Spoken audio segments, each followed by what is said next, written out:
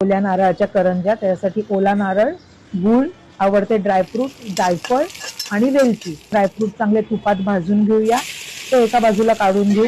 त्याच्यानंतर थोडा वेळ खोबरं भाजून घेऊया हलकं, आणि त्याच्यानंतर जो गूळ घेतलाय, जो अर्ध्या प्रमाणात आहे, तो गूळ वितळल्यानंतर त्याच्यामध्ये ओलं खोबरं, वेलची, जायफळ, ड्रायफ्रूट हे सगळं मिश्रण एकत्र करून छान परतून घ्यायचंय.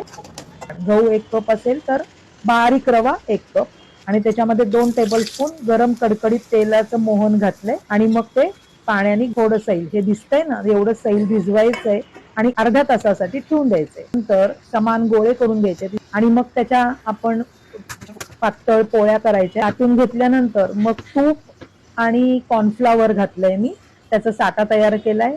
तो 2-2 पोळ्यांच्या मध्ये लावून अशा 3 पोळ्यांचं एकत्र सुरळी तयार केली आहे, आणि त्याच्यानंतर ते समान भागामध्ये कापून घ्यायचे आहेत.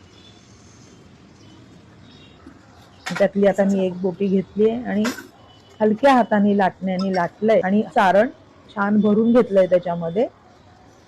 कात्रणाने तुम्ही हळूच डिझाईन तयार करा, आणि अशा या करंज्या तेलामध्ये, एकदम गरम तेलामध्ये तळायच्या नाहीये, हलक्या तेलामध्ये तळून छान खरपूस कुरकुरीत असे ओल्या नारळाच्या करंज्या तयार आहेत. त्या तुम्ही करून बघा.